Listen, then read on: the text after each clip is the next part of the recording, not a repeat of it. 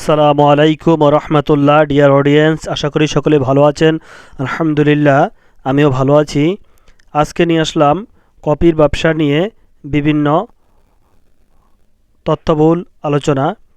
আসলে এই কপির ব্যবসাটি এটি কিন্তু যারা করতে পারে তাদের জন্য একেবারে পানির মতো সহজ, আর যারা করতে পারে না তারা তাদের পক্ষে কোনো কাজই, যেই লোক বলে যে এই কফির ব্যবসা করতে পারবে না বা সে অক্ষমতা, তার দ্বারা জীবনের সমস্ত কাজই তার মানে অপারগতা, অক্ষমতা মনে হবে।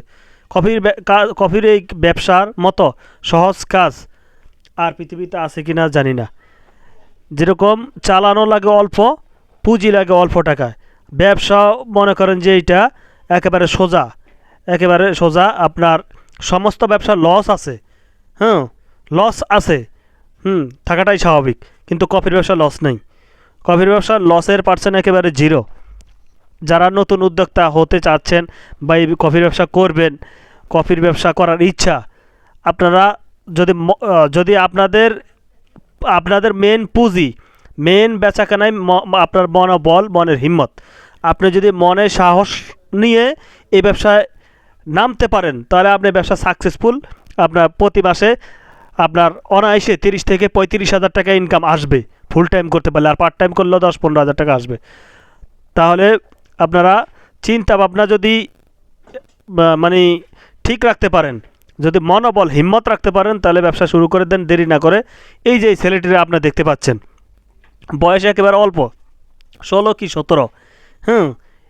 এই ছেলে যদি এই কফির ব্যবসা করতে পারে, তাহলে আপনাদের জন্য এটা কিছুই না, পানি ভাত। সে এই কফি সেল করে, আপনার পার্ট টাইম, আবার পড়াশোনাও করে। তাহলে এই ছোট ছেলেটি, এই বাচ্চা ছেলেটি, বয়স অল্প, সে যদি করতে পারে, তাহলে আপনারা কেন করতে পারবেন না? আপনাদের পক্ষে একেবারে সোজা, একেবারেই সহজ কাজ। করতে পারলে একেবারে সবই সহজ সহজ কাজ।